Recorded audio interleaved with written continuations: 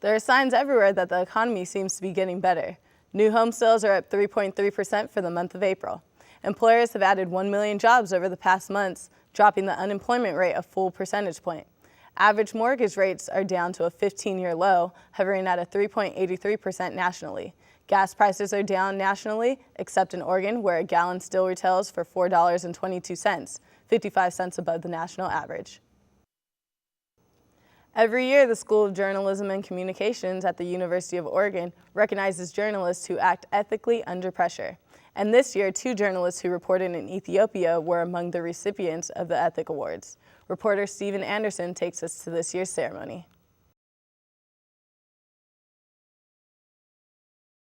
The 40,000 square foot JACO Center allows University of Oregon student athletes a place to study and learn in a state-of-the-art facility that provides them with all the necessary materials and resources that they need to succeed. The Women's Hour here at the Rec was instated to provide female students a comfortable and safe environment to work out in. Although it has created much controversy around campus, management does not plan to discontinue it. The U.S. track and field meet is the biggest in the world. Athletes will be selected to represent Team USA for the upcoming Olympics this summer.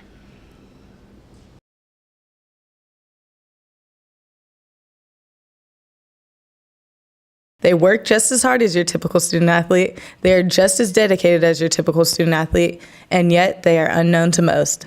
They are the University of Oregon women's basketball practice players.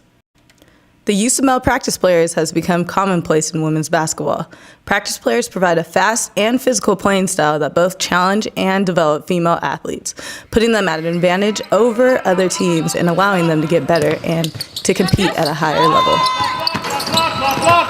My dad, being the assistant coach, kind of recommended it, and so then freshman year I just started practicing with the girls the first couple times and liked it, and so just continued ever since. Being a practice player, you pretty much come to practice as much as you can. I pretty much come every day and involved in as many drills as possible. You know, it's kind of all about reading coaches and when he wants you in and when he doesn't want you in, and like how hard you're going and stuff like that. And besides that, knowing all the plays, and besides that, just rebounding for the girls, helping out as much as possible.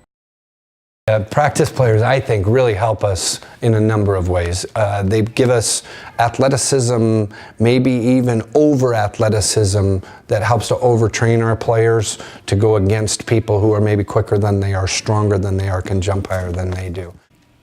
The benefits of using practice players are invaluable to the growth of the program and have improved each individual's skills tremendously. Being a freshman and coming out of high school, we really didn't have practice players. And coming here, they've really helped us prepare for games and just pushing us to work harder.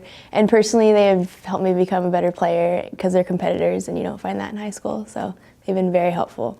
Although they take their jobs as practice players seriously, they are adept at keeping themselves and everyone else loose. When we would like goof off or do something silly, then we would just be like, you're a scrub. And then from that, it just kind of became, we are the scrubs. While the scrubs may be the players' toughest competition at practice, you can always find them at every home game to root for the Ducks.